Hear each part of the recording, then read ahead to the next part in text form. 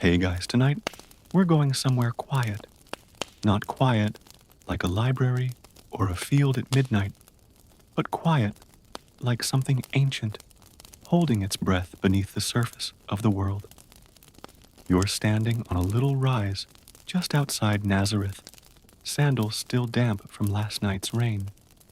The air is soft and strangely sweet, like wet clay and rosemary. Somewhere in the village, someone is laughing in their sleep. A dog barks once, then silence again. And Jesus, yes, that Jesus is already awake. He's sitting by the windowsill, watching the last beads of water cling to the edges of the frame. The stone he left there during the storm hasn't moved. It's darker now, like it swallowed the night whole, and hasn't decided whether to let it go. You step closer. You don't say anything just yet. He doesn't either. The sky is that pre-dawn lavender, and everything feels like it's waiting for something simple, like bread. You finally break the silence. Did it tell you anything yet?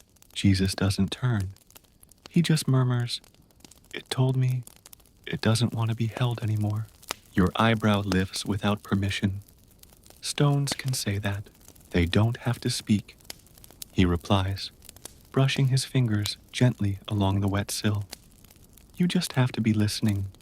When they stop needing you, you nod like that made sense. It doesn't, but it feels true. You rub your eyes.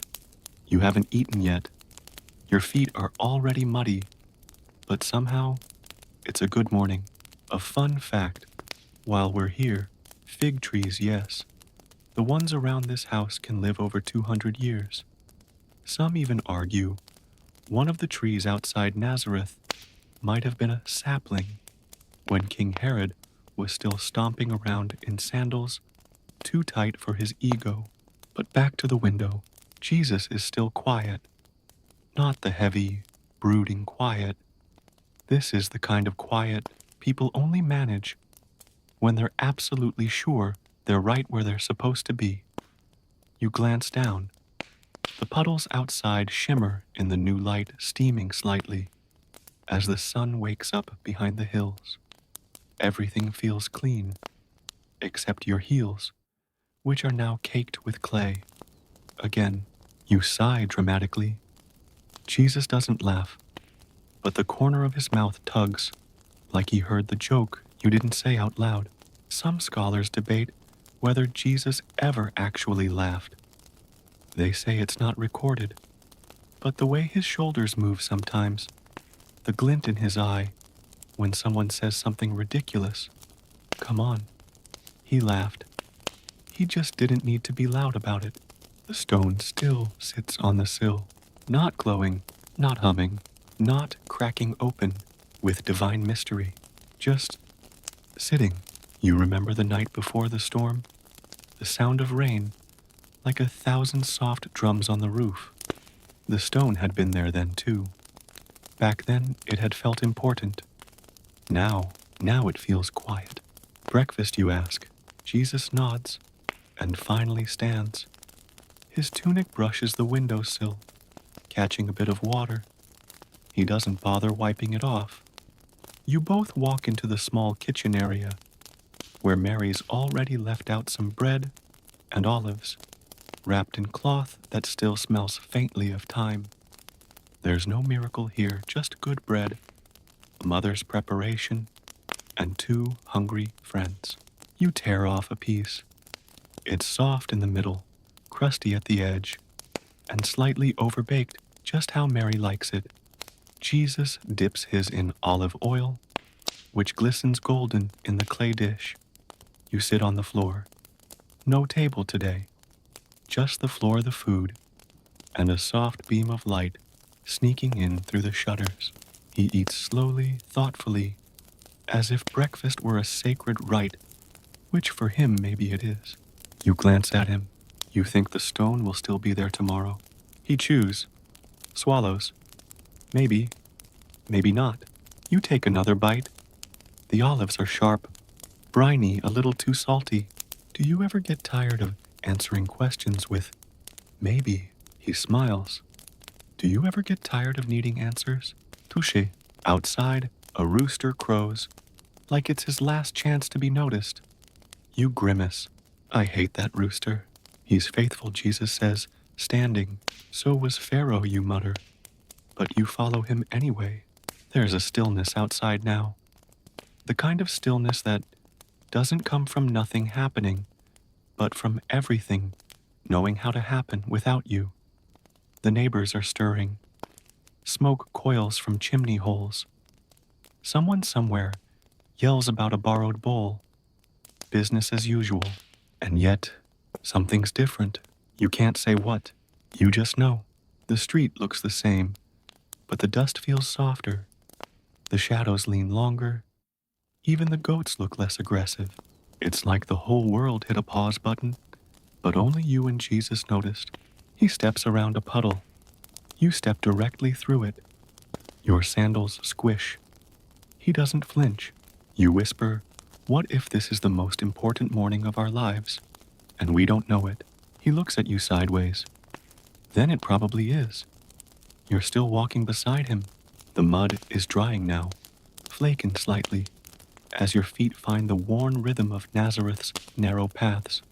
A stray breeze tugs at your sleeve, the kind that carries with it dust-bred scent and questions. Jesus doesn't speak, but then again, he never really needs to. He walks like a person who already heard the answer to everything and is just deciding how best to respond. Ahead, Joseph is already at work. He's crouched over a table in the side courtyard, running a small block of wood back and forth with methodical focus. You know this rhythm too. Sand measure, smooth check, over and over again. It's a quiet craft, but not a still one. Each movement speaks a language of precision and care. Jesus stops just short of the doorway, watching his father work. You can see something pass between them, not quite a nod, not quite a greeting, more like recognition. Joseph hands him a curved chisel without looking up. Jesus takes it. You sit on a stone ledge out of the way. The two of them work in tandem. The table being built is simple, low-wide, functional. The kind of thing that holds baskets of figs or a bowl of lentils and vanishes into the background of daily life. But to them, it's clearly more than that. Jesus sets the blade carefully and shaves a strip of wood as if it's parchment. Joseph watches, then goes back to sanding the edge. It's a kind of music, this quiet labor. And here's a quirky tidbit for you early Jewish carpentry. Didn't use nails as often as you think. Most joints were mortised or wedged. Some people say Joseph may have been more of a stonemason than a carpenter tekton in Greek after all. Just means builder. So maybe this wasn't about wood. Maybe it never was. Mary appears in the background, talking to a neighbor who smells strongly of rosemary and strong opinions. You catch snippets, something about a dream, something about a new way to make lentils, less boring. Mary swears it came from her grandmother in a vision. You don't doubt it. Jesus smiles faintly, just listening. You're reminded of a debate some scholars love. Did Jesus learn more from the synagogue or from home? Was it the scrolls or the soil? The answer, as usual, is probably both. Theologians can argue. But right now in this sun-dappled courtyard, you just see a young man learning by doing wood and silence, dust and presence. You close your eyes for a moment. There's something lullaby-like in the way this morning unfolds. No rush, no miracles, just life clicking forward, one breath at a time. Then, as if reading your thoughts, Jesus finishes the last stroke, wipes his hand on his tunic, and says, "Ready." You nod and follow, but this time he doesn't take the familiar path. No hillside, no temple steps, no fig tree. He turns toward the far field. You hesitate. The far field is, well, boring. Not cursed, not sacred. Just there. Flat and dry. A space people pass without noticing. You've probably walked past it 50 times and never wondered about it. There's no story, no history, no reason. Which, of course, is exactly why Jesus is going there. He walks slowly at first, then faster. You call out, but he only laughs. Then he runs, barefoot wild, like someone who's never been told the rules. His hair catches the wind. His feet kick up thin plumes of dust. He looks over his shoulder once, not to see if you're following, but to see how far behind you are. You run too, not gracefully, not like him. You trip once, you yell once, you laugh 3 times. By the time you reach the center of the field, you're out of breath, and your lungs are staging a minor rebellion. Jesus is already on the ground, arms spread, eyes closed, face tilted toward the sky. You collapse beside him panting. A hawk circles high above. A beetle crawls past your elbow. You lie still. After a moment, he says, "There's nothing here." You grunt in agreement, and that's what I like about it, he says softly. No names, no memories, just space. You stare at the sky. It is wide, cloudless, the kind of blue that swallows thought. You feel small in the best possible way. Jesus turns to you. You ever wonder why people always try to name things? You squint, so they can keep them or control them. You let that sink in. You think about the names you know, the labels people give, the weight they carry like badges or burdens. You whisper, "What would happen if we stopped?" He smiles. Maybe we'd finally see what something is, instead of what we want it to be. A bee buzzes nearby. Neither of you flinches. You lie like that for a long time. The sun shifts, shadows move, but you don't. Eventually, Jesus sits up and places his palm flat against the dirt. "Say thank you," he murmurs. You mimic him, hand to ground. It's warm, dry, familiar, alive. No miracles, just a moment, a holy pause, a breath in the middle of a world that never really stops. You walk back in silence, not the awkward kind, not the kind where something's missing. This is the kind of silence that feels like a blanket light, warm understood, without explanation. Your feet kick small puffs of dust from the dry road, and each step feels like it's landing a little softer than usual. The field is behind you, but somehow it's still with you.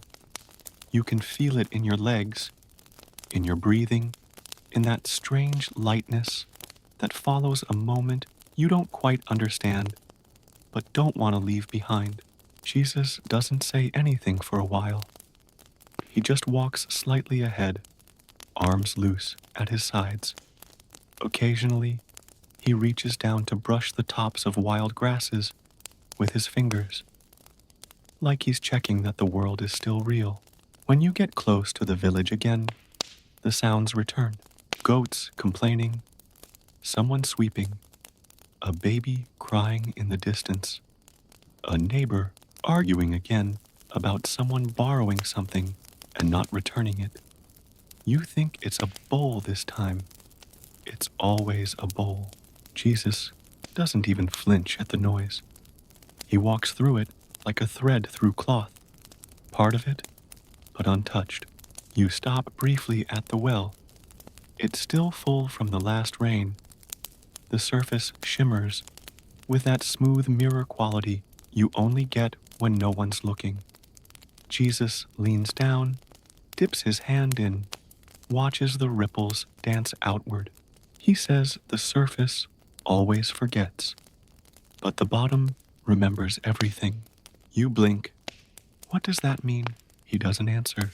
And honestly, that's becoming a bit of a theme with him. You've learned by now that some things don't come with footnotes.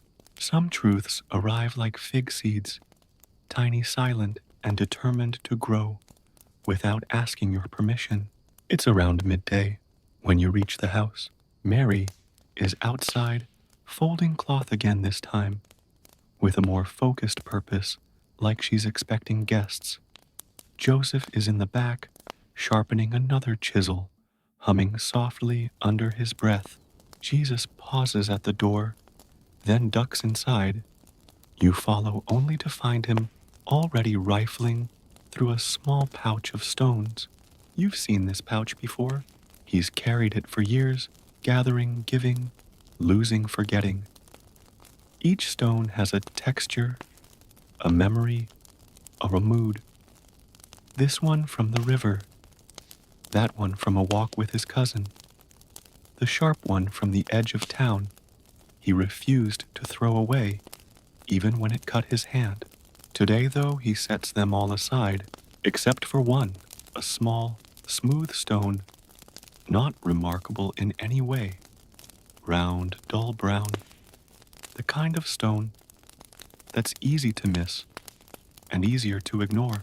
He places it gently on the shelf by the doorway. That's it. No explanation, no ceremony. It just sits. Mary walks by and notices. She says nothing, just brushes a little dust from his shoulder as if that's the only thing that matters. And then, as if called by an invisible signal, a man arrives at the courtyard gate. You don't recognize him. Dusty cloak, tired eyes, the look of someone who's walked too far without asking why. He leans on the gate like it might collapse under the weight of what he's carrying, not in his hands, but somewhere deeper. He clears his throat. Water, he asks. You fetch it. He drinks slowly, like each sip is trying to remember the last time water tasted like this. Shelter. He tries again, voice barely louder than the wind. Mary nods. You can rest in the corner. He bows slightly. Then he asks one last thing. Do you know the boy who spoke in the temple? The air stills. Jesus steps forward. I do, he says. The traveler studies him. You asked a question I still haven't answered. Jesus tilts his head. That's good. It means you're still listening. The traveler doesn't laugh, but his lips twitch in a way that suggests maybe deep down he wants to. He stays the night, sits at the table, shares figs and lentils, says little, listens more, and when dawn peeks over the hills, he's gone. No note, no name, just gone. But Jesus stands at the gate, watching the empty road for a while, as if waiting for something more. You join him shoulder to shoulder again. Neither of you speaks. There's nothing left to say. But sometimes that's the best kind of moment. Here's a historical curiosity for you.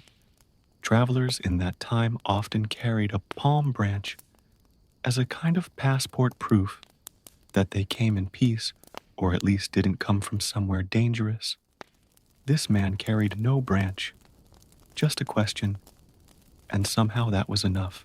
Later that morning, you and Jesus walk to the field again, not because there's something to do, but because something's waiting. He doesn't speak, just walks until he finds the spot, the very center, the same patch of earth he lay on days before. He kneels. You watch. He pulls something from his tunic, not a stone, not a tool, an olive pit. You remember it, the seed he gave you days ago, the one he never explained. He presses it into the dirt, covers it with his palm, whispers something too quiet for you to hear, then looks up. You ask, will it grow? He shrugs. Maybe. What if no one waters it? He smiles. Then someone else will plant another. Someday, you look at the dirt. It's just dirt. But now it's more. Now it's memory. A question. A beginning disguised as an end. There are debates still about whether Jesus ever farmed or planted, or if this is all metaphor. Some say every seed he ever mentioned was just a parable in disguise. But you were there. You saw it. You felt the dirt. It was real. You brush the dust from your hands, as he does the same. There's no applause, no thunder, just two people walking back toward a house filled with laughter lamp smoke and bread rising quietly in clay ovens. The sun is lower now, casting long gold across the courtyard stones. The fig tree's shadow stretches almost reaching the door where you left your sandals earlier. There's a breeze warm, gentle, full of cooking smoke and distant goat complaints. You hear laughter from the neighbor's home, someone singing an old lullaby about lions and shepherds. You and Jesus sit again outside the house, this time on the low stone wall that marks the property line just before the garden. It's the kind of wall that's been sat on by generations, worn smooth at the edges, the top always warm from sun or firelight. Jesus swings his feet idly like he did as a child. You wonder if he knows he still does it. Neither of you speaks for a while. It's that kind of moment. You can feel something closing, but it's not heavy. It's not sad. Just complete. You finally ask, "Do you feel it?" He doesn't hesitate. The ending and the beginning. He turns to you slowly. Always. You both look out at the fading light, the slow motion end of another ordinary day in Nazareth. The kind of day that in anyone else's life would be forgotten. But with him it hums. You think they'll ever know what happened? You ask softly. He's quiet again. Longer this time. Then, like peeling the husk from an old truth, he says, "Some will. Some won't. Some will think they do. Some won't care." You breathe that in. You think about all the names people use, all the ways they try to define him: Messiah, Rabbi, Prophet, Carpenter, Rebel Son. You think about how small names are compared to days like this, compared to fig trees and laughter and olive pits. He adds, "But you knew me, and somehow that's enough." Mary calls from inside, not loudly, not sharply, just the way mothers do when dinner's ready and the sky is more violet than blue. He hops down from the wall, brushes off his tunic with a small puff of dust, and turns to you. His palm opens, nothing in it, just skin warmth and the echo of everything you've seen: the temple steps, the walk through the grain, the parable-less days, the olive pit, the silence beneath the fig tree. You nod. He nods. That's all. And then he walks through the courtyard gate into the glow of lamp oil and the rising sound of shared bread, and inside jokes and the scraping of bowls on clay. You remain on the wall a little longer, long enough to see the night deepen into that velvety shade of twilight that looks painted on. The field is behind you. The well is just left of center. The road beyond the village slips into the dark like it's hiding. You breathe, and with that breath, something stirs in your memory. Not a vision, not a voice, just a feeling. You reach into your pocket. The stone is still there, smooth, quiet, steady. You turn it in your hand for a moment, thinking, remembering, maybe praying, without realizing it. Then slowly you rise. You walk to your own doorway, and without ceremony, place the stone on the wall beside the frame. You don't name it. You don't explain it. You don't tell anyone. You just let it be. And maybe someday, someone will see it. Maybe they'll feel something, or maybe not. That's not up to you. Biblical footnote. If you want one for your dreams tonight, placing stones as memory markers was an ancient tradition. Jacob did it. So did Samuel. But those were big moments, covenants, and altars. This is different. This is smaller, quieter, but no less real. You head inside the door, closing behind you, with that gentle wooden sigh only old houses make. Later that night, the road outside is silent. The dust has settled. The sandals are resting. The fig leaves barely stir. And inside this little home, this quiet, ancient place, full of echoes and future stories, Jesus sleeps under the same beams. He once asked why the stars hum under the same roof, where you first learned how silence feels when it's holy. You lie awake, staring at the ceiling, listening, not for a voice, not for a miracle, just for the soft sound of the house breathing, of wood creaking with memory, of something sacred unfolding very slowly. And here's a thought. Nothing historical, just a maybe. What if the kingdom of heaven isn't only made of trumpets and clouds and radiant light? What if it also lives in a half-folded cloth on a windowsill, or a shared look across a bowl of lentils, or a fig leaf that catches the rain just right? The kind of kingdom that slips between words, the kind of kingdom that doesn't need to be built because it's already growing, like a seed. You wake before the rooster stirred by something gentle. The air is still cool, soft like linen that hasn't been ironed, smelling faintly of dust bread and someone's forgotten sandal oil. You lie there for a moment beneath your woven blanket, blinking at the ceiling beams. One of them creaks quietly, as if stretching after sleep. Outside, the sky hasn't committed to morning yet. It's caught in that in-between hue, the color of old figs or unbaked clay. You can't see the sun, but you know it's coming. You can feel it warming the stones from beneath the horizon. You rise. The stone you placed last night is still there on your doorway ledge. It looks smaller now, but that might be the light. You leave it untouched. Your feet remember the rhythm of walking without even asking. Sandals step, breath door road. The day begins not with any announcement, but with the simple reality of things moving again. You meet Jesus near the well. He's already there, crouched by the water palms, wet flicking drops onto his face like he's baptizing the morning. He doesn't speak. He doesn't need to. Instead, he dips both hands into the still pool and lets them hover just below the surface, motionless. You watch the ripples. You think of how many hands have touched this water over the years, how many stories it has carried. Jesus finally says, the surface always forgets, but the bottom remembers everything. You nod as if that makes sense, and maybe it does. Maybe truth doesn't have to be understood to be believed. You both walk together again through the slowly stirring village. You pass baskets left outside with yesterday's figs. You see an old man chasing a goat with more stubbornness than speed. Someone's singing a half-remembered melody about manna and mercy. It's all normal, deeply, wonderfully normal, and yet you feel the difference.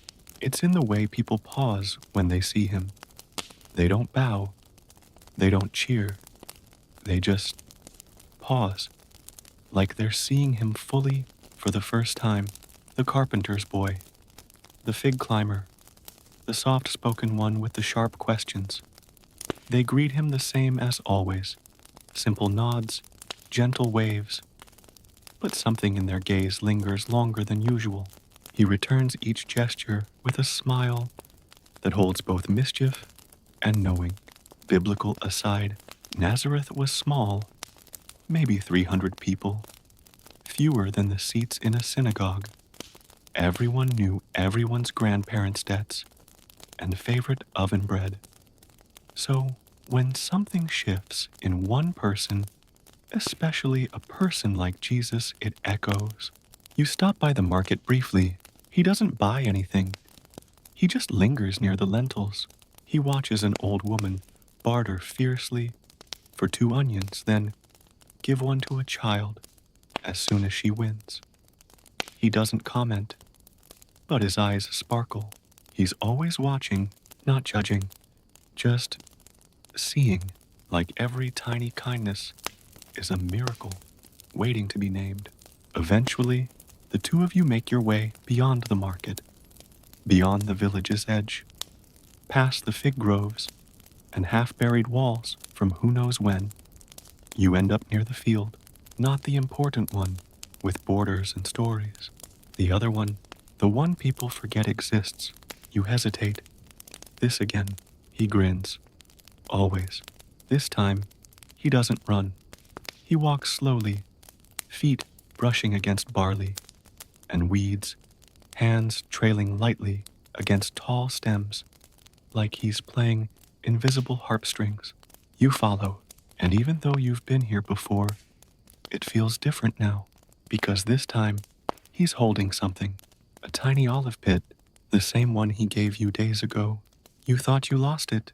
Turns out, you just handed it back when you weren't looking. He stops at the center of the field. No ceremony, no trumpet, no thundercloud, just a boy and a pit and a patch of dirt that no one claimed.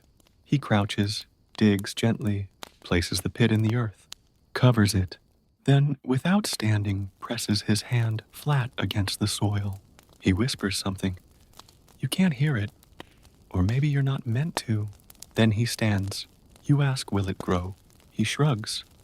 Maybe. What if no one waters it? Then someone else will plant another. Someday. And just like that, the act is complete. No crowd. No disciples with journals. No booming voice from the sky. Just two people and a seed. For the scholars out there, some say Jesus' parables about seeds were literal, drawn from moments like this.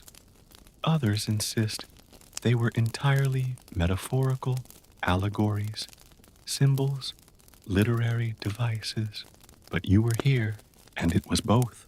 You watch him brush the dirt from his hands. There's dust beneath his fingernails, and sunlight on his cheek. And the silence between you feels soft, not heavy, but whole. You don't speak on the walk back. Sometimes silence is the only language big enough for certain moments. The field gets smaller behind you. The village gets louder. You hear someone yelling about olive oil again. You pass the market. You pass the well. You pass the stone at your doorway. And you carry nothing in your hands, but everything in your chest. The next morning comes quietly.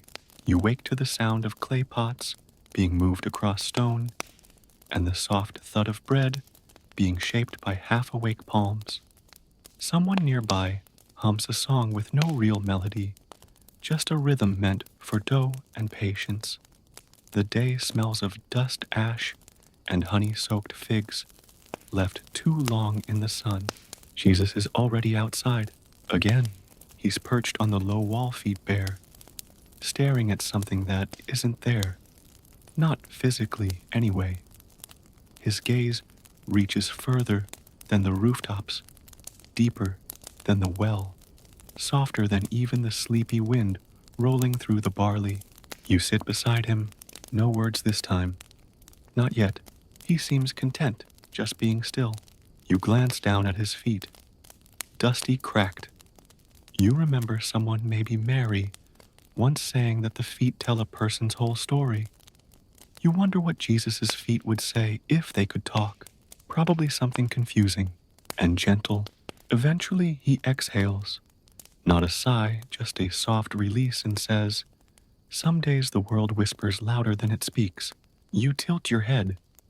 And what's it saying today? He doesn't answer directly. Instead, he gestures to the village, to the oven, smoke, the hanging cloth, the neighbor arguing with a stubborn donkey. All of this, he says, used to be future. And just like that, you feel the past and present fold over each other like warm pita. There's a kind of holiness in ordinariness you're learning. Even scholars debate this, whether Jesus' lost years were truly mundane or secretly miraculous. Some argue he traveled far. Others say he stayed right here, growing like any child, listening more than speaking. But being with him, watching him nod along to the rhythm of everyday life, You start to believe that maybe the quiet was the miracle all along. He rises from the wall. Come on. He says Joseph needs help. Ah, carpentry. You'd almost forgotten the smell of cedar and sweat. The workshop is warm, not just from the sun filtering in through the slatted roof, but from the thick lived-in presence of wood shavings oil and the occasional curse word when a nail doesn't cooperate. Joseph doesn't say much. He never does. But he hands Jesus a plank without looking, and Jesus catches it mid-air, like they've done this 100 times before. Probably because they have. You're handed a sanding stone, the blunt kind smoothed by years of use and surprisingly heavy. You begin running it along the edge of a beam, letting the rhythm guide your thoughts. Jesus and Joseph work in near silence, except for the occasional creak of joints or soft grunt when something heavy shifts. It's oddly peaceful. You think about how much of Jesus' life wasn't spent in temples or on hillsides or multiplying food, but right here, among wood dust and half-finished stools, and someone forgetting where they set the hammer. Watch your thumb, Jesus says without looking. You pull your hand away just before a splinter decides to baptize itself into your skin. Thanks, he smiles. I've had enough splinters for both of us. It's not a joke, but it lands like one. Later, Mary appears in the doorway. She doesn't say anything about the sawdust coating your tunic, or the way Joseph is mumbling about uneven leg lengths. She just leans against the frame, folds her arms and says, "There's a traveler in the courtyard." Jesus sets down his tools. You follow him out, brushing off sawdust as you go. The traveler is older, wrapped in a too thick cloak for this weather. Dust clings to his face like he's been walking through centuries. He sees Jesus and straightens. "You spoke at the temple," he says, voice lined with sleep and distance. Jesus nods. "I did. You asked a question. I haven't answered yet." Jesus tilts his head. "That's good. Means you're still listening." The man chuckles low and reluctant. "I've been listening for years." Jesus offers him water without ceremony. Mary brings bread. You all eat in silence. There's no miracle at this meal. No loaves multiplied. No wine conjured. Just the crunch of crust and the quiet nods of people who've seen too much to need explanation. When night comes, the traveler is given a place near the fire. He doesn't speak again, and before dawn he's gone. Some say he was a messenger. Some say an angel. Some say just a man with a memory that wouldn't let go. But Jesus watches the horizon long after he's gone, and you wonder what part of that conversation mattered most. The words, or the fact that someone came back years later just to say, "I remember." You wake to the scent of barley and sun-warmed stone. Outside, the light is different, hazy and gold, like someone polished the sky. It's not quite morning anymore, but the heat hasn't found its full voice yet.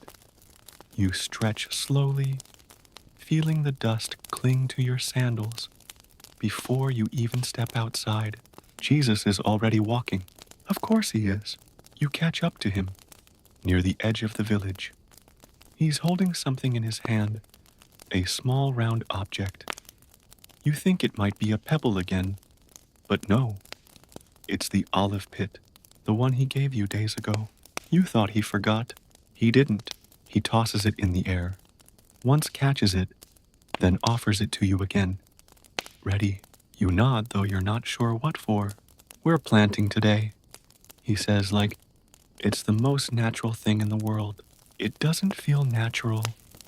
It feels significant, like one of those things that will only make sense 10 years from now, when you're much older and still unsure how figs grow in the first place. You walk side by side out into the barley field, the one with no stories. It stretches out in front of you like a thought that hasn't finished forming. Dry, quiet, unremarkable.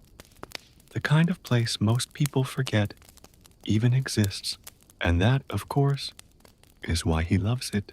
He walks slower than usual today, not because he's tired, because he wants you to notice the sound of your feet brushing against the stalks, the breeze teasing your sleeves, the way the earth smells different out here, sweeter somehow, with a faint bitterness like almond skins or dried herbs. Eventually he stops. This is the spot. You glance around. There's nothing here.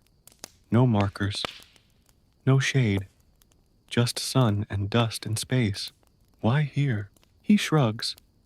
Because nothing's ever happened here before. And that's all the explanation you get. You crouch down beside him as he digs with his fingers. Not a shovel, not a tool. Just skin against earth. His nails collect dirt. His knuckles redden. The ground isn't hard, but it resists a little.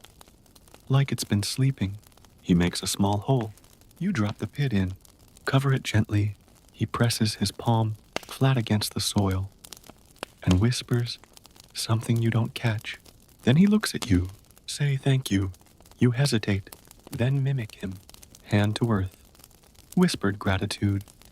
You're not sure to what or to whom, but it feels right. This part, at least, is agreed upon by scholars. Olive trees were central to life in Galilee. Pressed into oil, used for light cooking anointing. Some say olive pits were used as counting stones.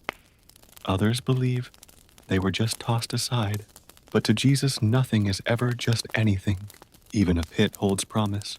You sit beside him, watching the wind ripple the barley. He leans back on his elbows.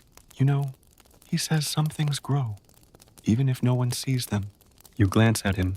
He adds, and some things grow because no one sees them. You let that settle. It's the kind of line that theologians will spend centuries unpacking. Was he talking about seeds? People kingdom's hope. Maybe all of them. Maybe none. He closes his eyes for a while. You follow his lead. The sun climbs higher. A bee stumbles through the air nearby. A bird sings, like it's trying to remember the end of a song. Everything feels both ancient and brand new. After a long silence, he speaks again. When people remember this moment, they'll think the seed was the important part. You open one eye, and it's not. He smiles. No, the planting was. You lie there until the shadows begin to stretch. Neither of you rush to leave. When you finally stand, he brushes dirt from his hands, like any boy finishing a chore. No ceremony, no thunder, just a seed, just a field, just a boy who noticed the world enough to change it. You walk back to the village together, and though your sandals kick up dust, something in the air feels cleaner now, like something was cleared out to make space for what you don't know yet, but you will someday. The sun is beginning to slide lower, now draping the village in that soft amber that makes even the roughest stones seem warm and forgiving. You and Jesus return to the courtyard without words. The silence between you feels full, not empty, like a cup that's been filled just to the brim. You don't need to say anything. Not after the seed. Mary is stirring something thick and fragrant over the fire. Lentils, maybe, or stewed figs. Something ancient and soothing. Jesus gives her a small smile as he passes. She doesn't ask where he's been. She never does. She hands him a cup of water, pats the dust from his sleeve, and returns to her cooking. It's the kind of quiet grace that doesn't need acknowledgement to be holy. You watch her for a moment, wondering how many miracles she's overlooked simply because they wore sandals and asked for seconds. Then you notice something. Jesus is at the shelf by the door, the one where he used to keep his stones. Only one remains now, a single smooth pebble, darker than the others, oval, Quiet.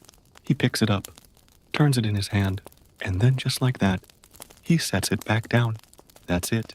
No gesture, no speech, no gaze toward the heavens. Just a small, deliberate act.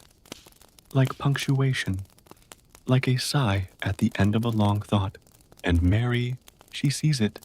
She always does. She doesn't ask about the stone. She just places a folded cloth beside him and says, "Eat before it gets cold." He does. So do you. Later, as the courtyard begins to darken and the lamps are lit, there's a knock at the outer gate. It's a traveler, dusty, sun-weary, wrapped in a wool cloak, too heavy for the warmth of evening. His eyes scan the courtyard, like he's searching for something he left behind. You offer water. He drinks in slow, grateful gulps. Then, after setting the cup down, he says something that sends a quiet shiver through your bones. Is the boy who spoke in the temple still here? Jesus, seated near the fig tree, lifts his eyes. "I am," he says. The man stares at him. "You asked a question I've been trying to answer for years." Jesus tilts his head slightly. "That's good. It means you're still listening." The man laughs reluctantly, then sincerely. He stays the night. He eats bread and olives with you all by the fire. He asks Mary about her garden. He helps Joseph patch a crack in the wall without being asked. He's kind in the quiet way that some people are after a long journey. In the morning he's gone, left before sunrise. No farewell, no name, just footprints in the courtyard dust. But Jesus watches the horizon for a long time after. Some say angels appear with trumpets and flaming swords, but maybe sometimes they wear travel-stained cloaks and leave before anyone else wakes up. You and Jesus don't speak about the visit, but the fig tree's branches seem fuller, and the well somehow seems deeper. A scholar once speculated that encounters like this were more than chance, that divine conversations didn't always come with halos or fire, but with ordinary people and half-finished questions. You believe that now. That night, you lie awake longer than usual. The air smells like lavender and stone dust. The oil lamp flickers gently beside you, casting long shadows on the wall. And just when you think sleep will take you, you hear it, the soft rustle of sandals. Jesus is outside again. You rise, you follow.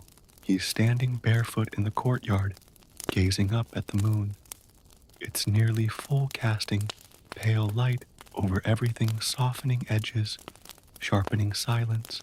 It's different tonight, he says. When you join him, you glance up. It looks the same. He doesn't look away. No, it's older. You glance at him. You mean we're older? He smiles. That too.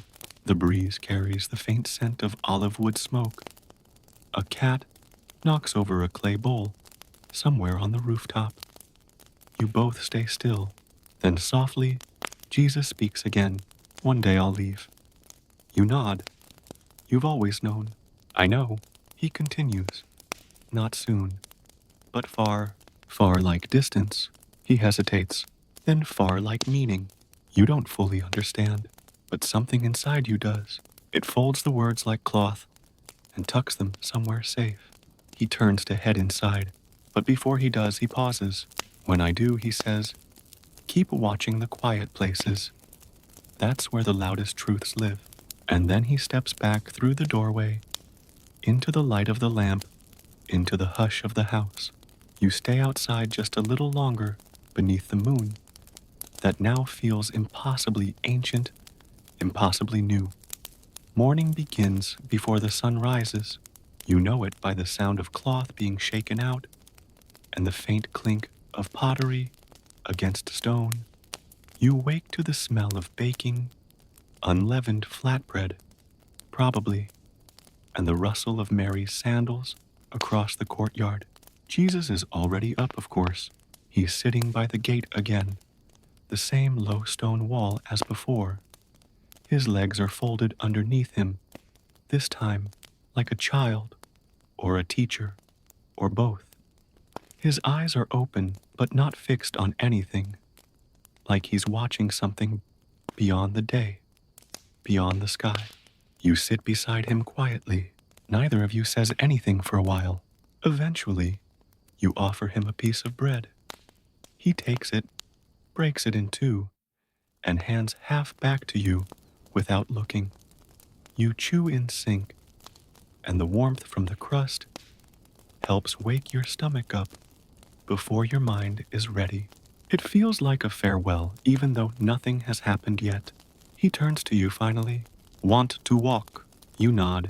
There's a lightness in his voice that wasn't there last night, but the weight still lingers in his posture, like a robe worn over the soul. You both leave the courtyard together, passing the fig tree, passing the neighbor's donkey, which gives a half-hearted bray that sounds more like a yawn. The village hasn't quite stirred yet. That's the way he prefers it. Before the clatter of chores, before the heat, before the world starts asking questions again, the two of you step out beyond the edge of Nazareth into the dry grass that leads to the barley field. Yes, that one. The one that used to feel like nothing. Now it feels like everything. The light is different here. Not gold, not yet, but promising. It's the color of ripe lemons before they're picked. You can feel the sun getting ready, stretching somewhere behind the hills, yawning like a lazy lion.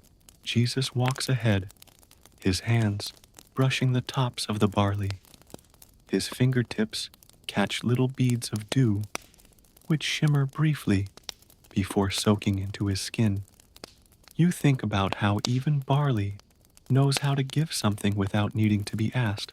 He stops near the center, same spot as before, the one where he ran, the one where he laughed, the one where he planted that single olive pit.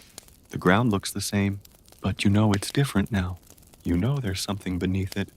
Small, silent waiting. He kneels, places his palm on the dirt fingers, spread like rays of sun. He doesn't say a word, but you feel the reverence, the quiet awe. Then he starts to dig. Not far, just enough to disturb the thin crust of soil. You think maybe he's checking on the pit, seeing if it's done anything miraculous overnight. Maybe it sprouted. Maybe it grew roots shaped like tiny prayers. But he's not looking. He's planting another.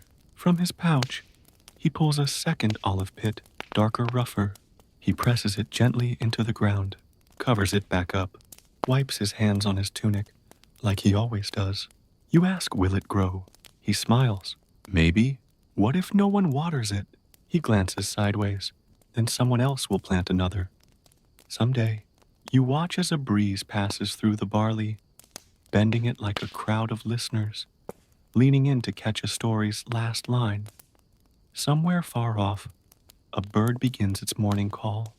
Less a song, more like a question being asked without needing an answer.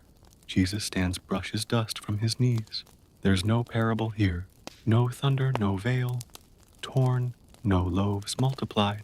Just a boy, just a seed, just a promise made quietly, without needing to be believed. And somehow it's enough. Some theologians still debate whether this seed story was ever literal. Some argue it was metaphor from the beginning, a symbolic gesture wrapped in rural poetry. Others insist there are olive trees in Galilee, still growing in places no one remembers planting. You don't need to decide. You were there. You remember his fingers in the soil, the shape of his silence, the way the barley swayed. And so, as he turns to walk back toward the village, you follow your feet, brushing the same path, your heart a little fuller, your questions a little softer. You don't talk, not because there's nothing to say, but because you're still listening. Even the birds seem quieter now, like they know what happened, like they're waiting to see what will grow next. You pass a shepherd, guiding his sheep lazily along the ridge. He nods to Jesus, who nods back. No titles, no trumpets, just a nod between two people who've seen enough sunrises to know they don't come with explanations. And as the village comes back into view with its cracked walls and sleepy goats and someone loudly regretting yesterday's stew, you feel a new kind of stillness settle in your chest. It's not peace, not quite. It's something more fragile, something like patience. You return to the village just as the morning shifts fully into day. The sun has cleared the hills, now casting a clear light across rooftops and courtyards. It's not harsh yet, but it's decisive. The kind of light that makes people get up and start doing things. The kind that makes shadows fall clean and long behind fig trees, sandals, and water jars. Jesus doesn't go home right away. He veers left down the narrow path by the well. You follow, still holding the feeling of the field in your chest, like it's something warm you don't want to spill. At the well, he pauses again. The stone rim is warm to the touch. The same place he stood days ago, letting ripples break across the surface like thoughts dissolving into water. He does it again. Now, dips his hand, stirs the water slowly, silently. You see your reflection beside his, but his seems deeper somehow, like it belongs to more than just the surface. Then he says, "The bottom always remembers." You nod. You still don't know what that means, but you're starting to trust things you don't understand. Behind you, a woman's voice rises in song, low and rhythmic, a work song. She's pounding lentils with a wooden pestle, her sleeves tied up to her elbows, a scarf over her head. She's not singing for anyone in particular, just to fill the morning. Jesus watches her for a moment. Then he turns toward the main road. That's when you see him, the traveler, again, dusty as before, still wrapped in that too heavy cloak. He looks like he hasn't slept, though his eyes are sharp with something new, something determined, something unsettled. He sees Jesus and walks directly toward him. You stay close, not out of fear, but curiosity. There's no tension here, just a sense that something important is about to be said. They stop face to face. The traveler doesn't smile this time. He just exhales, like he's carrying something invisible and heavy. "You," he says, "you are the boy in the temple." Jesus nods once. "I still am." The traveler frowns. "I've been trying to answer your question. Have you? I thought I had. But then I kept living, and it kept changing." Jesus doesn't look away. "Then, you've answered it exactly right." There's a pause. Then the traveler says more to himself. "I thought wisdom was a destination." Jesus shakes his head. "It's a road, and it's long." Some historians speculate that Jesus had many such visitors over the years. Curious travelers, wandering minds, people still echoing from something he said long ago. Some even suggest he was already developing a kind of quiet following long before Galilee turned its eyes toward him in earnest. But there are no crowds here, just a dusty man with questions and a boy with fewer answers than truths. The traveler looks at him one last time. "Thank you," he says. Jesus bows slightly. "Keep listening." And with that, the man turns, adjusts his cloak, and disappears down the road again. No fanfare, no record of his name, just footprints on dry earth already fading. Jesus doesn't comment. He just resumes walking toward home, but his shoulders are a little straighter now. Not heavier, just more sure of where they are. You walk beside him in silence. Back at the house, Mary is in the courtyard again. She's hanging lengths of dyed wool on a low rope to dry.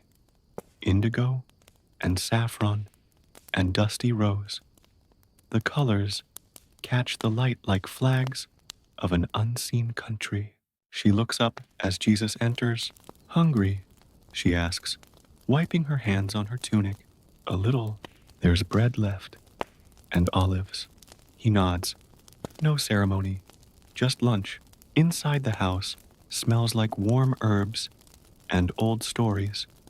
You sit near the threshold, where the sunlight slants across the floor in thin golden bars. Jesus eats slowly, thoughtfully, like the food is less about filling the body than honoring the moment. Joseph enters, carrying a piece of wood and a chisel. He doesn't interrupt, just nods at both of you and sits in the corner, quietly shaping the edges of what will eventually be a small stool. Jesus watches his Father work. He always has. It's one of those rare, peaceful scenes in Scripture. Jesus not as teacher or wonder worker, but as son, as witness, as part of a family who measure their days in grain and grain alone. You lean back against the cool wall, let your eyes close for just a moment. You think about the traveler and the olive pit and the way the barley field feels different now, even though it hasn't changed. You remember the way Jesus looked at the well and how he never forces anything to make sense. He just lets it unfold. Some scholars still wonder if moments like these mattered, if they were filler between the real parts, the louder parts, the miracles, the sermons, the trial. But you were there, and you know that sometimes the quiet is the whole point, especially when it's shared, especially when it leaves a trace. Jesus finishes his meal, wipes his mouth, and stretches like a cat in a sunbeam. Nap, he asks. You smile. I thought you'd never ask. The two of you find your usual spots beneath the fig tree. Its shade has shifted slightly since morning, but it still cradles the courtyard like a memory you don't want to lose. And as the world continues around you, bakers baking, children laughing, goats arguing about absolutely nothing, you let your eyes drift shut. There's nothing more to do. Not now. Just rest. You wake to the sound of sandals scraping gently on stone. It's late afternoon now, and the light has grown soft, rippling through fig leaves like warm water. You blink a few times before realizing Jesus is no longer beside you. He's at the far edge of the courtyard, his back to the house, facing the road. You follow his gaze. A group of boys are kicking a leather ball between them. Dust rises with every footfall. One shouts, another laughs, a third falls dramatically and milks the moment like he's been mortally wounded, until his friends yank him up by the arms and keep playing. Jesus watches them, but not like someone longing to join. He watches like someone remembering. He's not much older than them, but he's never quite been one of them either. They know him, respect him, occasionally tease him, but even in jest, they know where the line is. There's something about him that says this boy listens to things deeper than the wind. You step beside him. They're loud, you say. He smiles. Good. It means they're still free. A goat bleats somewhere to your left, like it agrees. Another joins in. Then another. Soon it sounds like the courtyard is hosting a concert for off-key livestock.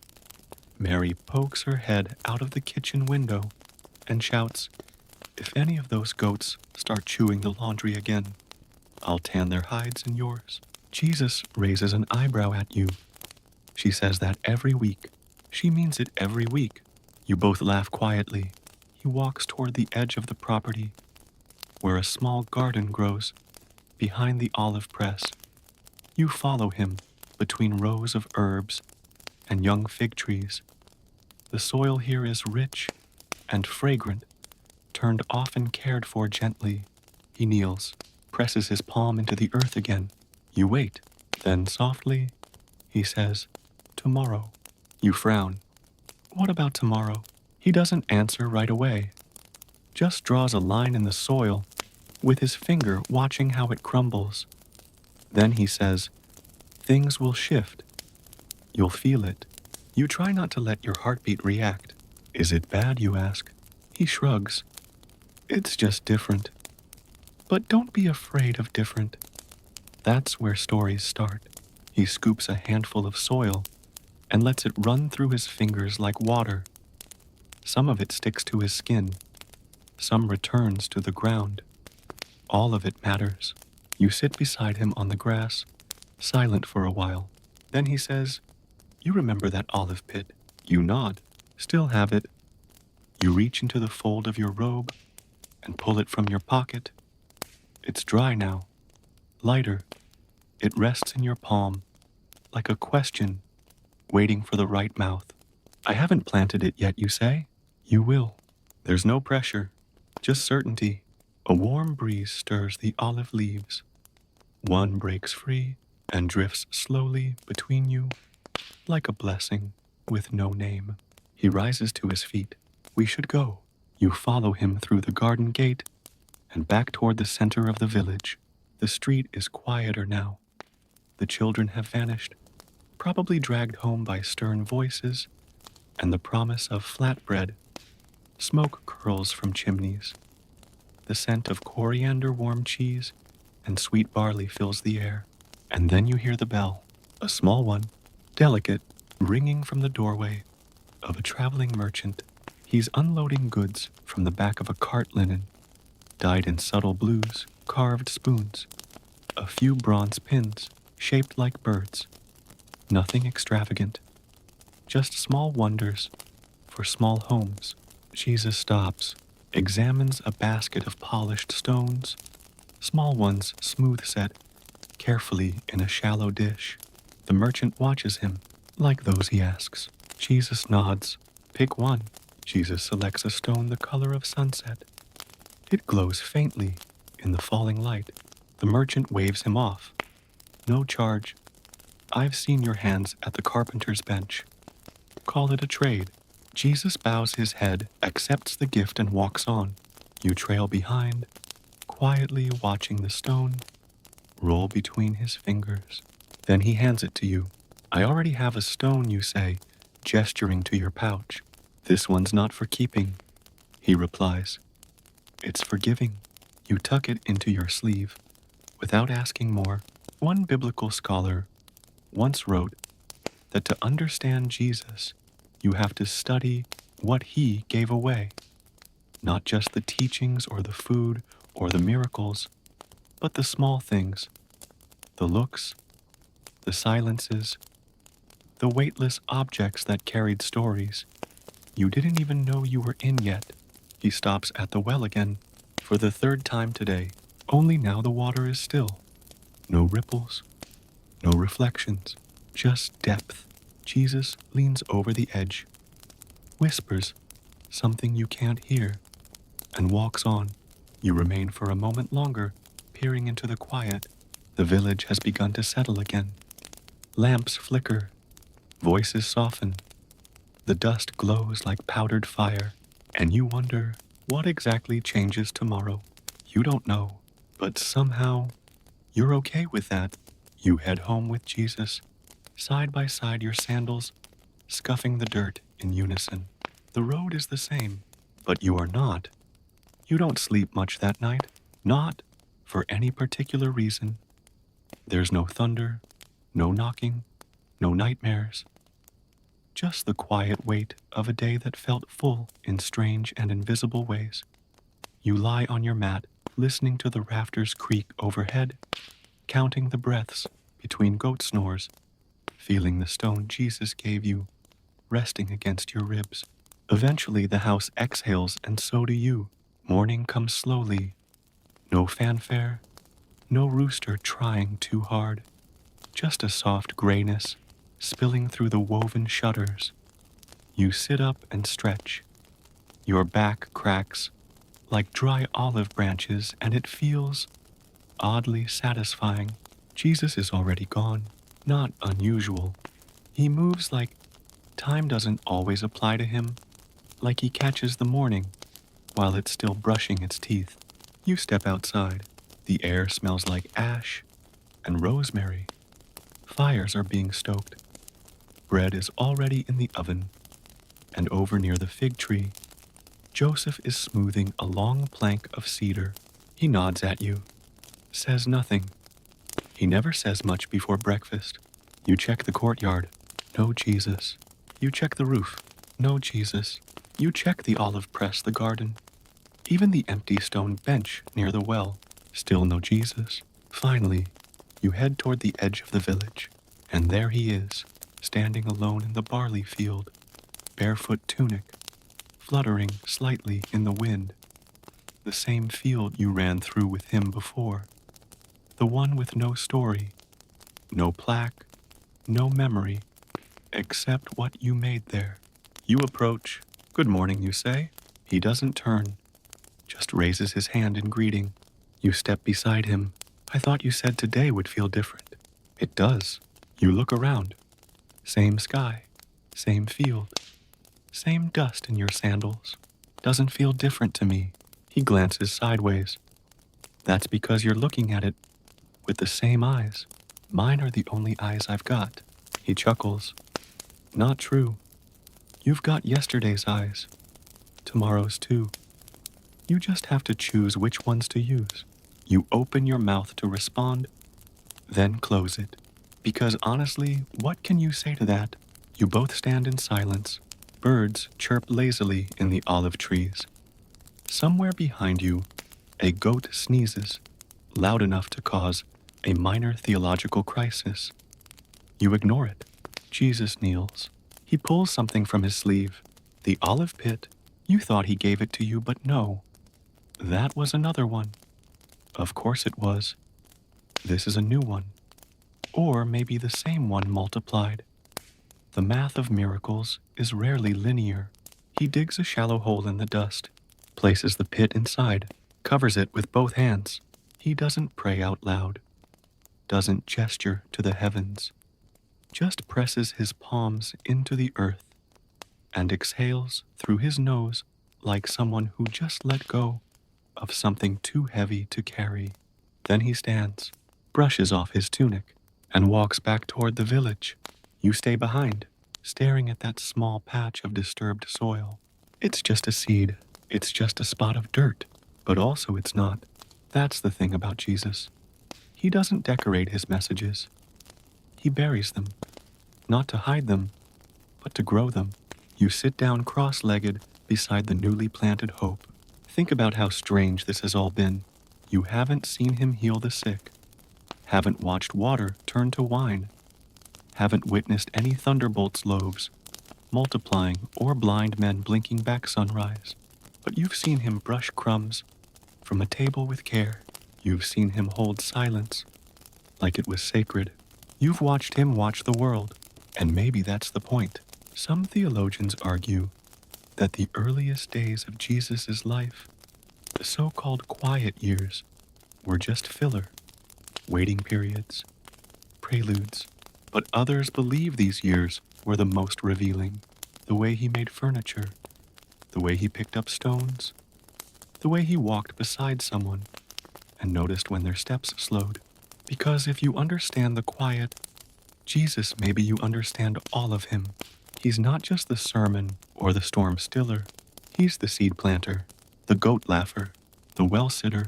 And here, in this field of nothings, he gave you something you didn't know you needed permission to be unfinished.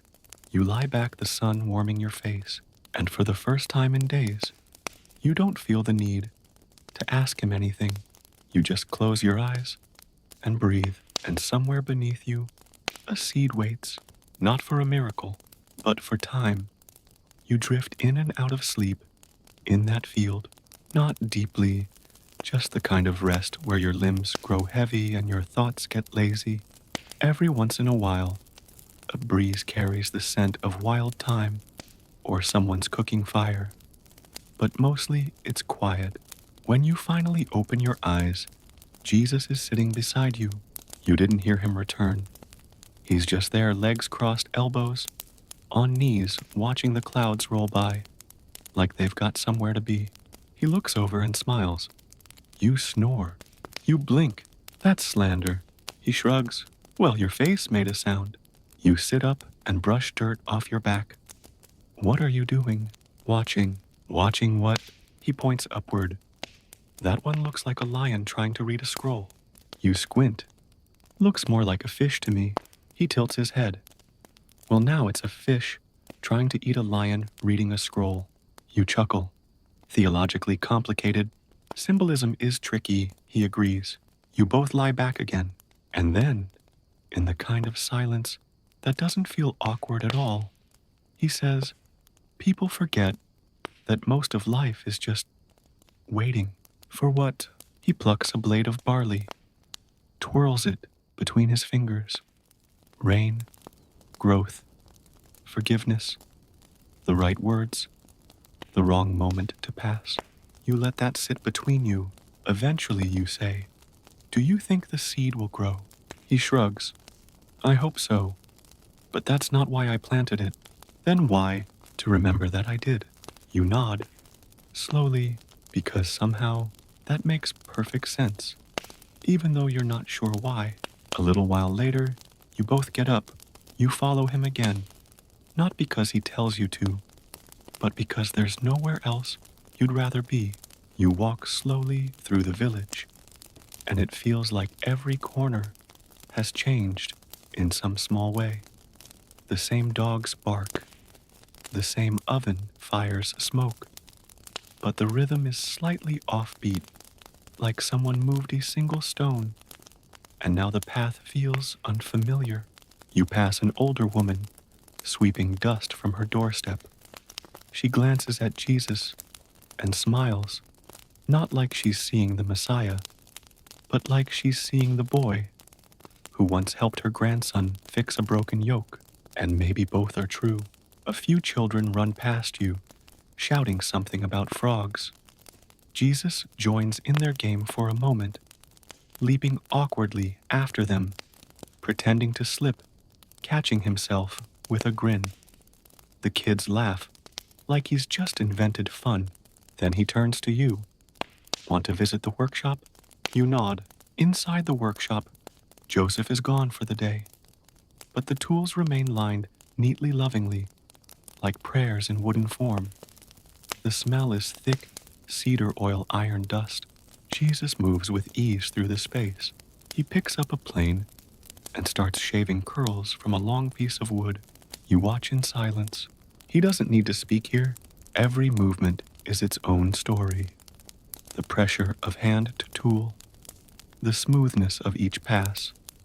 The way he checks the grain, tilts the wood toward the light, adjusts without fuss. You ask, do you like doing this? He looks up. Like is the wrong word.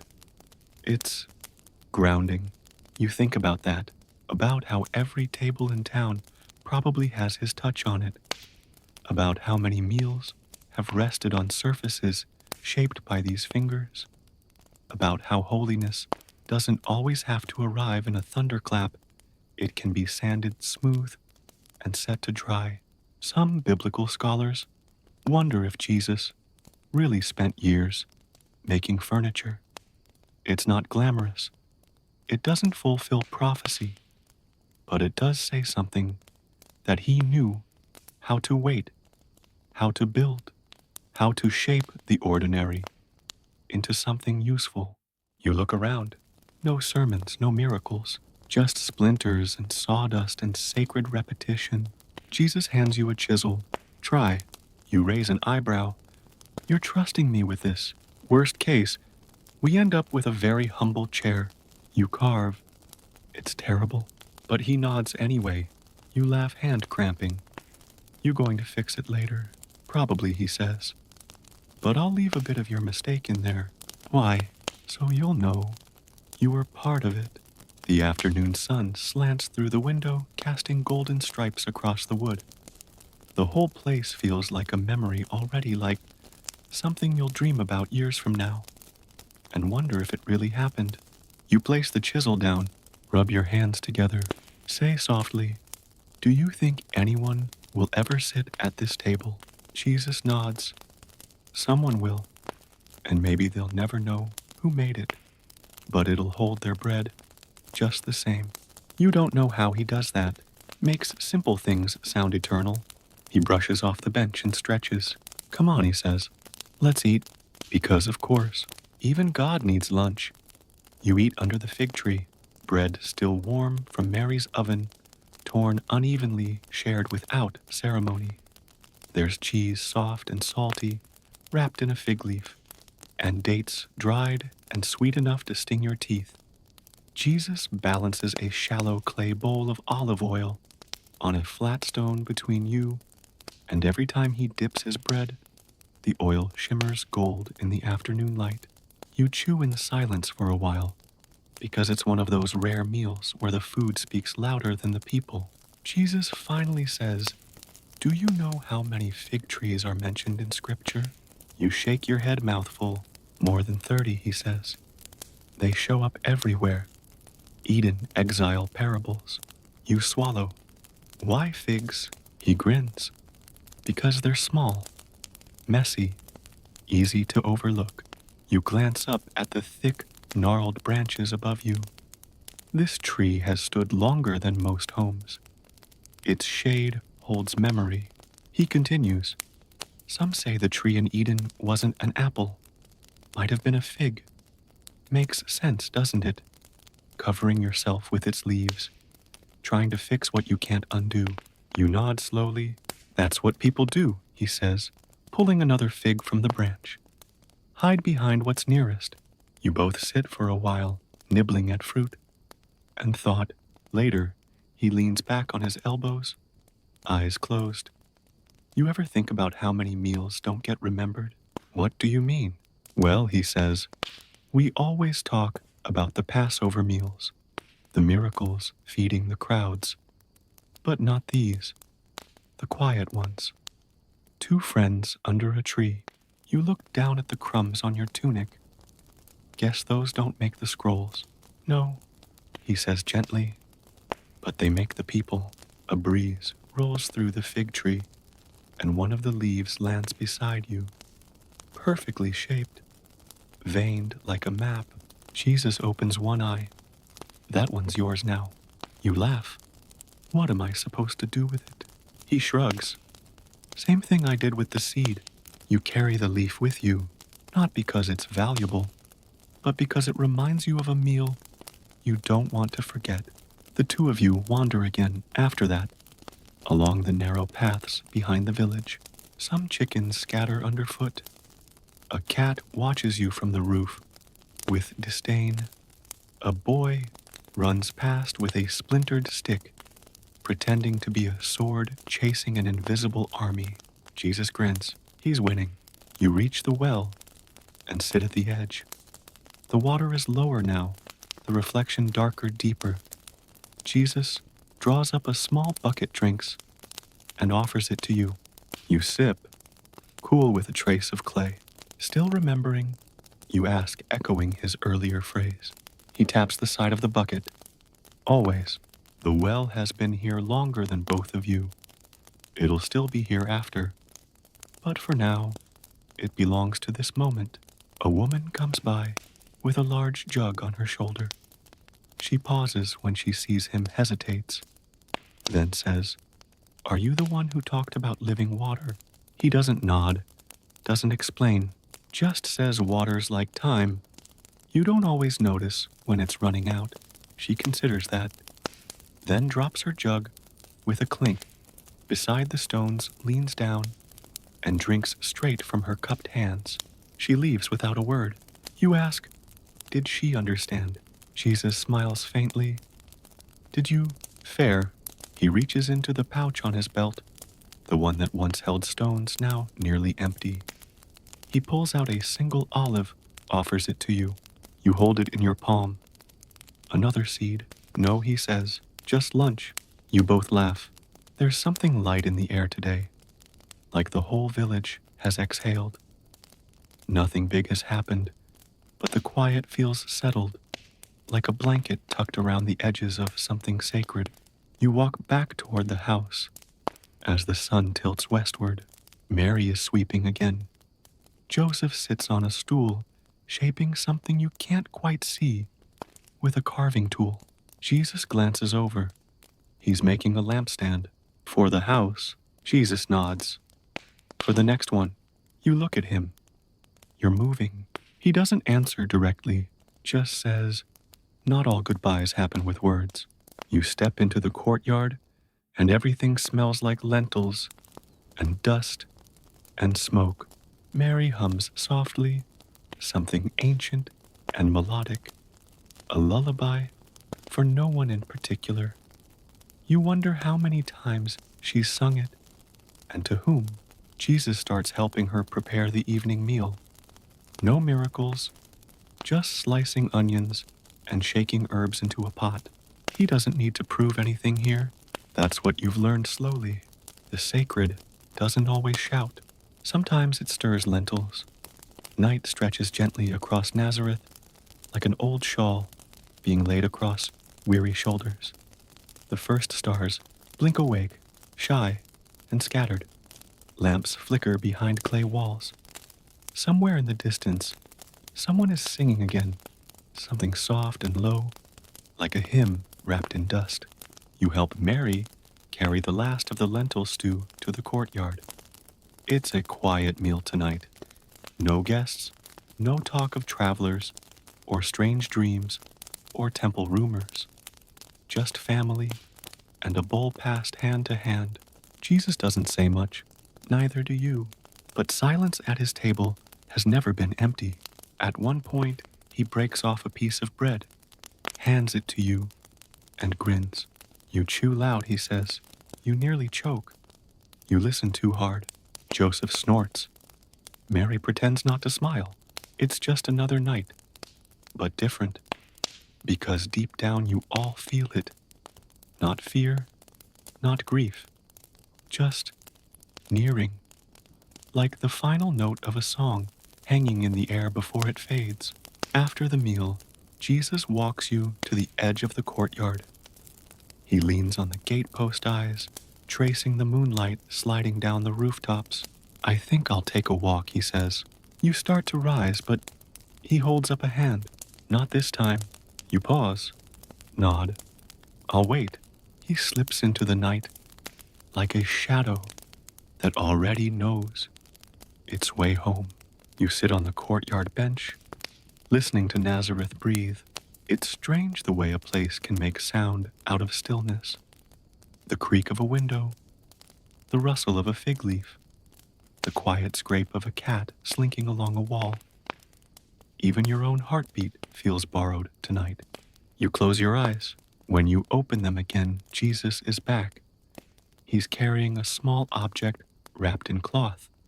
Without a word, he hands it to you. You unwrap it slowly. It's a smooth stone, ordinary, but warm from his hand. And you know instantly, this is the last one. You cradle it, like it might hum. Jesus says, "Don't keep it." You glance up. He continues, "Give it when the time's right. You'll know." You wrap it again. For now it stays in your pocket. The two of you sit again beneath the fig tree. The leaves above are shadows now, trembling slightly in the night breeze. A candle flickers in the window behind you. The house is full of sleeping sounds. Jesus leans back, arms behind his head. "Did I ever tell you the fig tree grows backward?" You squint. "Is that a riddle?" He chuckles. "Sort of. See its flowers bloom inside the fruit. Hidden. Protected." Huh. Some people say that's why it's sacred. Because it teaches you not everything holy wants to be seen. You pick at the fig leaf in your lap. "So we've been eating flowers this whole time, basically." You both laugh softly, and for a while, the fig tree is just a fig tree again. No parables, no prophecies, just branches, shadows, roots. And then he says, "You'll do fine." It catches you off guard. "At what?" He shrugs. "Whatever comes next." You shift uncomfortably. "I don't know what that is." Neither did I. You turn to him. "Really?"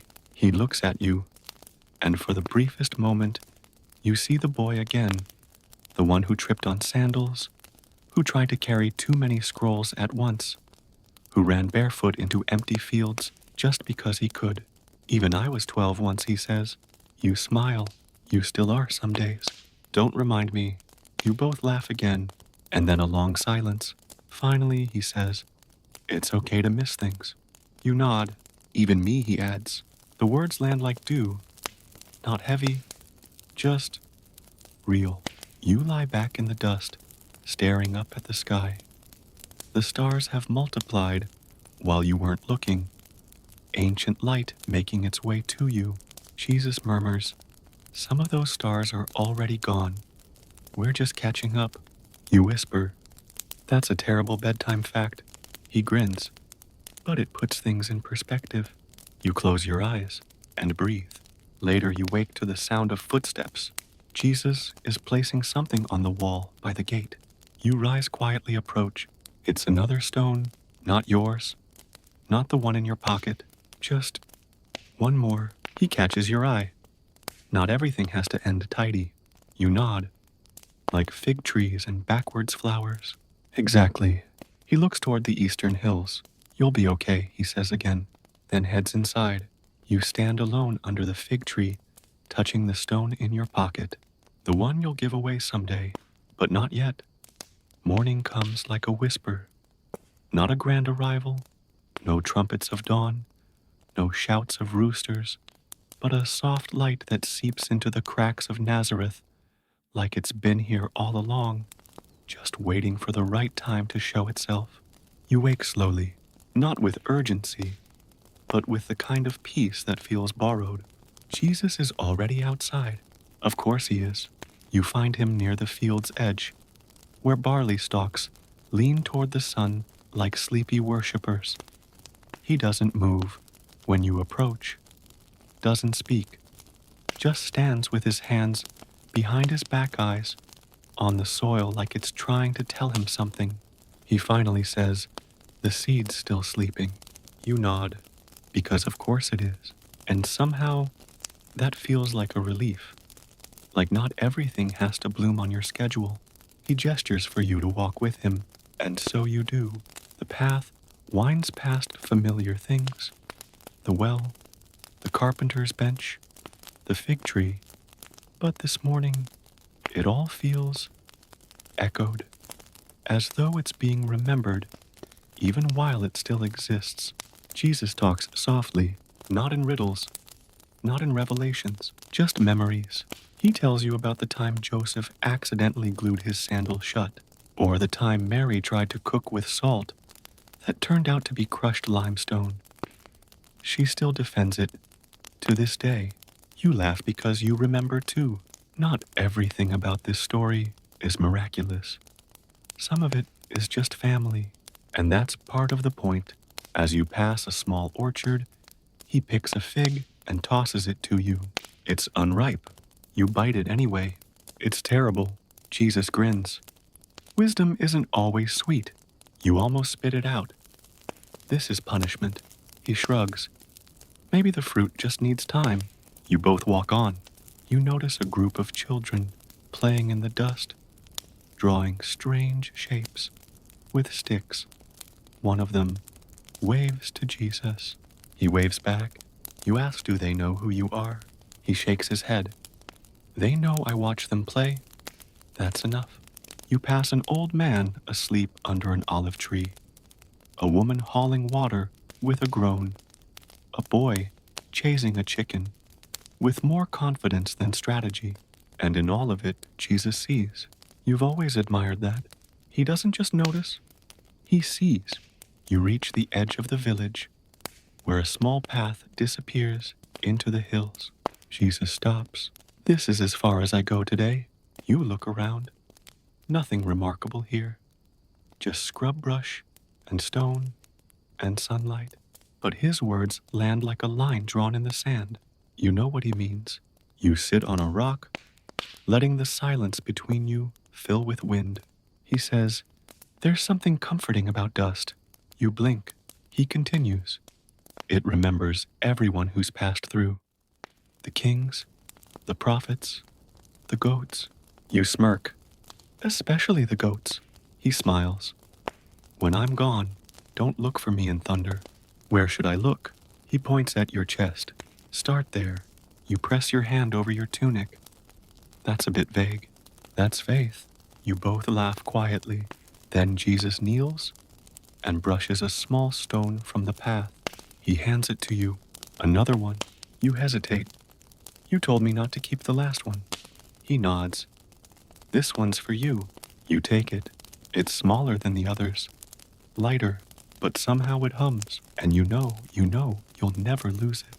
Not because you'll guard it, but because it'll guard you. Jesus stands again, brushing dust from his knees. The breeze picks up slightly, tugging at his tunic. You squint at the horizon. Do you think the seed will really grow? He looks thoughtful. I don't know. That honesty, it's more comforting than certainty.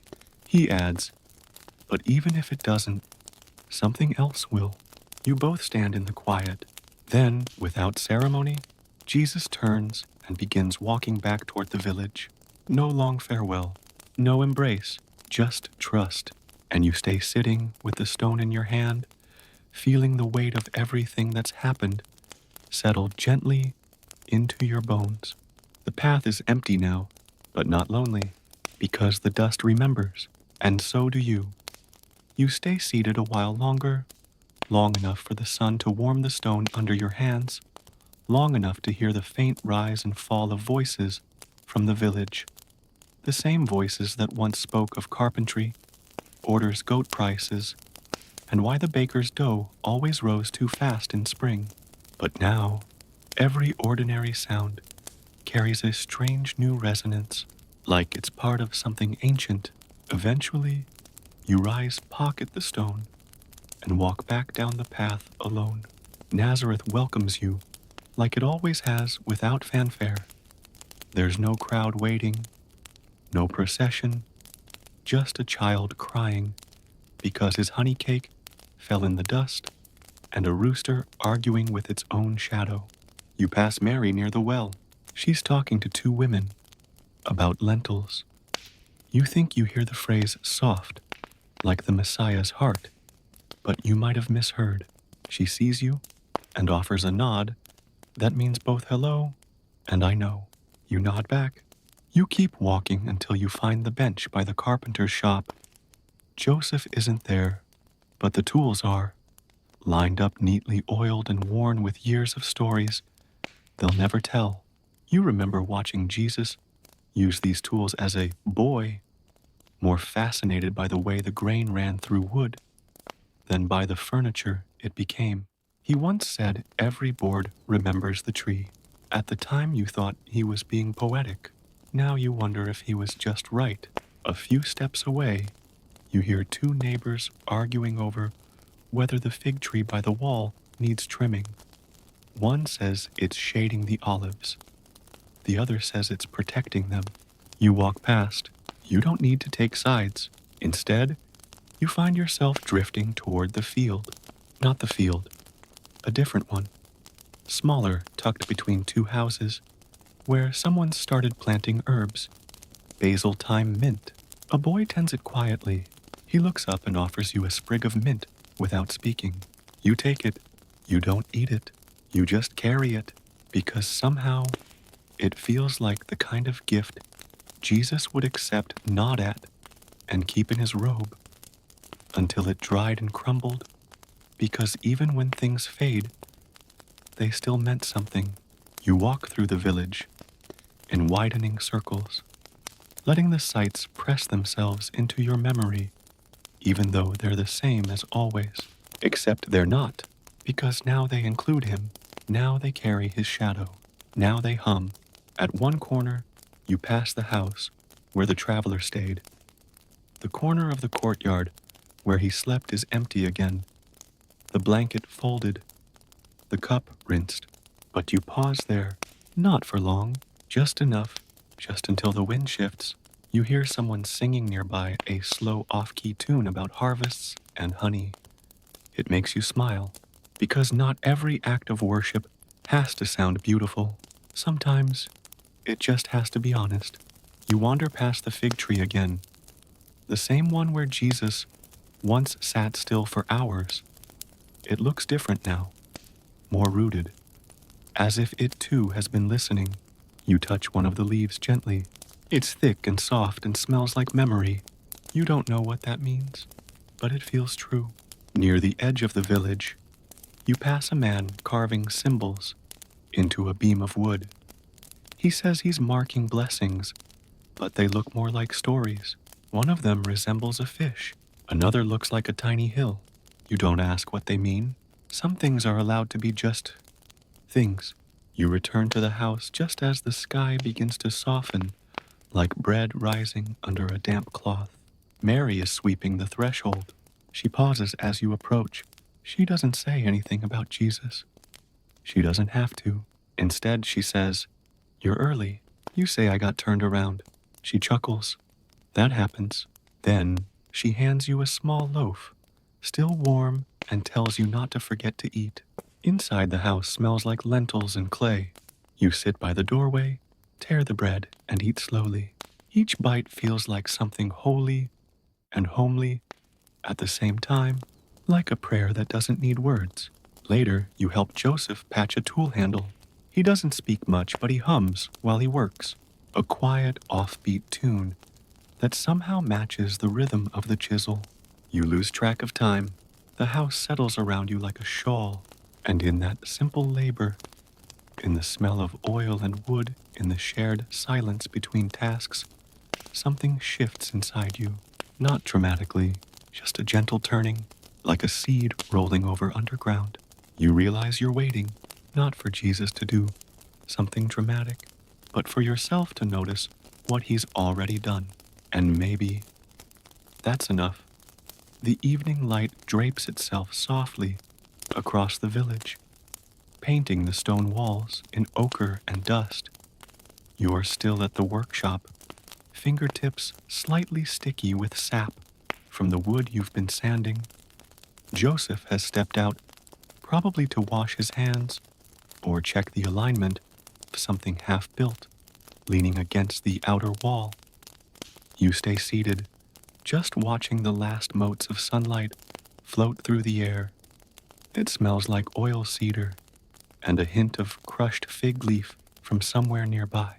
That's when you notice the sound.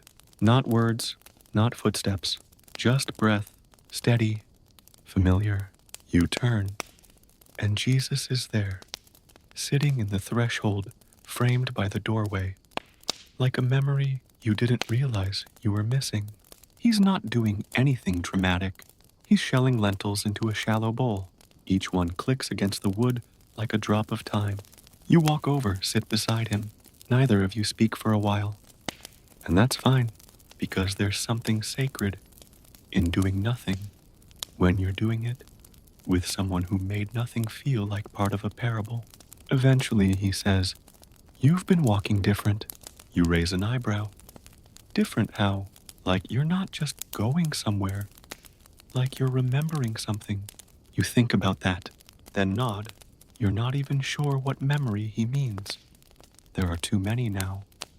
The fig tree, the empty field, the look in Mary's eyes when she brushed dust from his sleeve.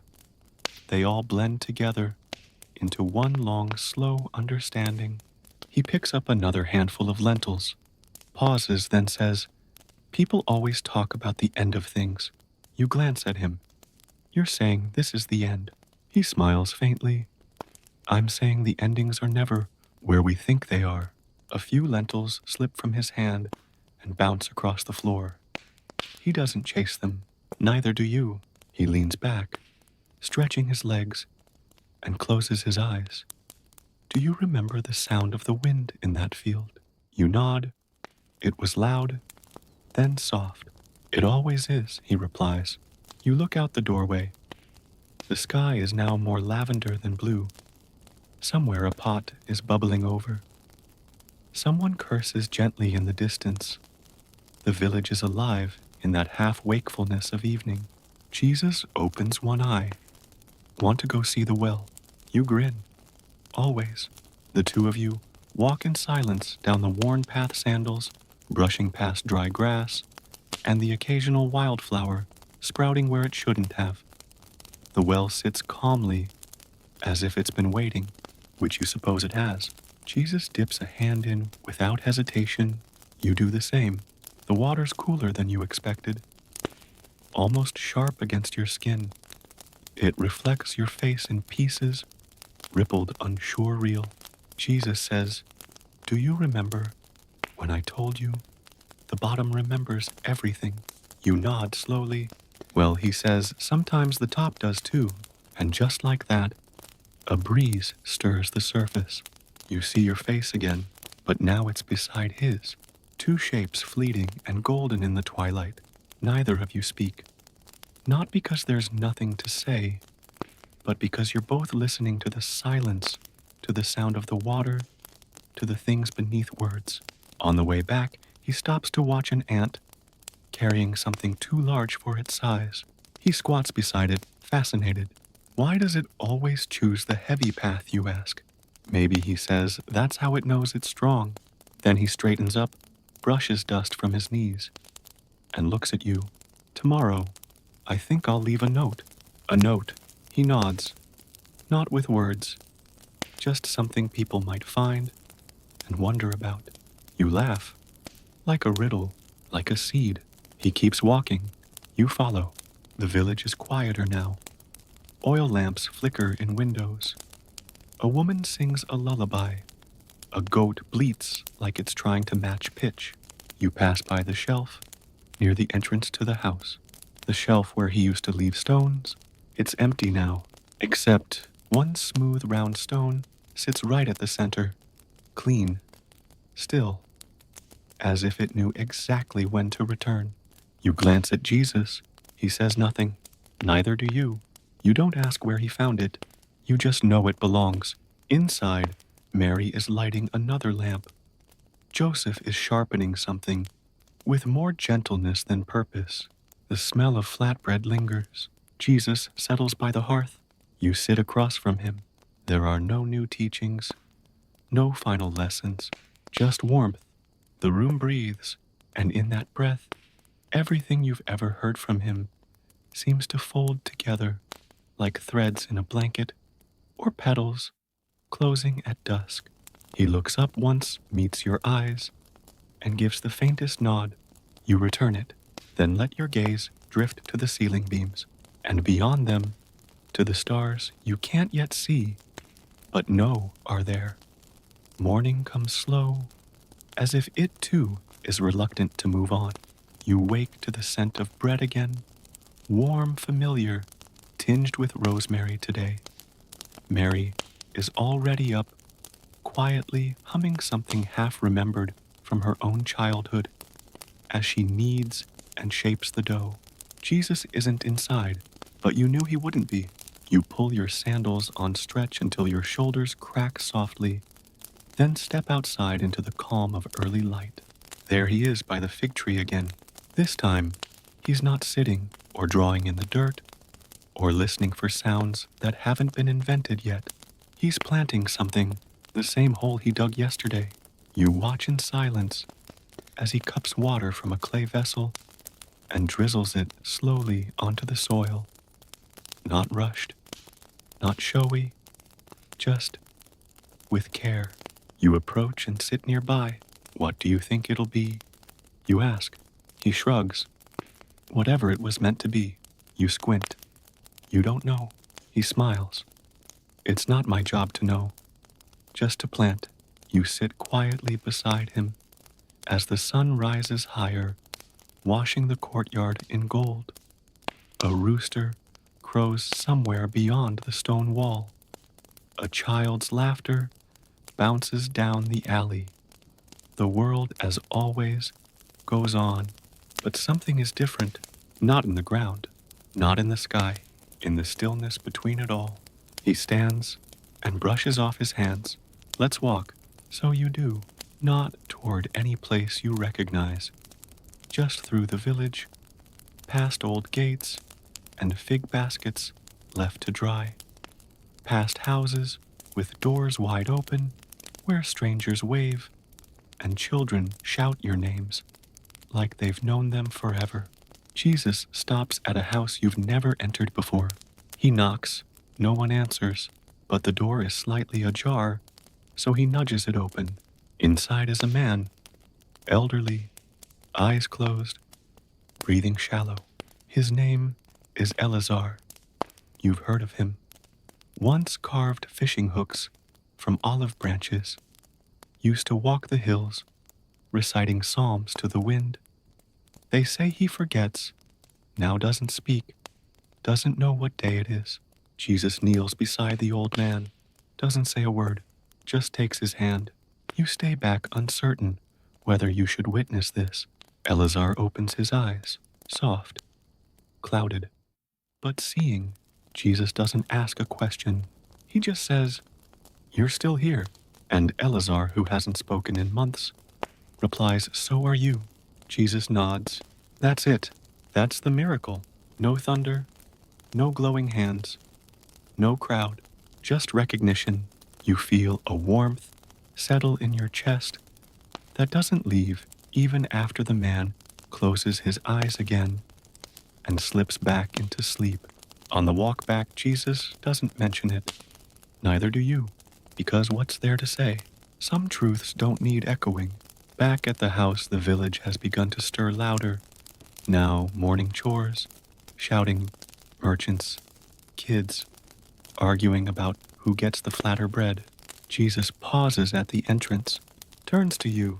You know, he says, people always want something final.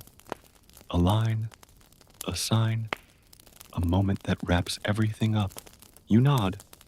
Makes it easier to remember. Maybe he replies. But it also makes it easier to forget what mattered most. He opens the door. Inside, Mary is placing a small bowl of honey near the bread. Joseph is laughing at something you missed. Light pours in through the cracks in the roof like threads of grace. Jesus steps in, takes his place. No announcement, no speech, just presence. You follow, sit, eat, and for the first time in a long time, you feel full without needing to ask another question. After breakfast, he rummages through a woven satchel near the corner, pulls out a thin piece of cloth, undyed soft from many washings. He hands it to you. You unfold it. It's blank. No writing. No symbols. Just a cloth. What's this for, you ask? He tilts his head. Whatever you need it to be. You fold it again slowly, like it matters. Later that day, he offers to mend a small crack in the bench near the courtyard wall.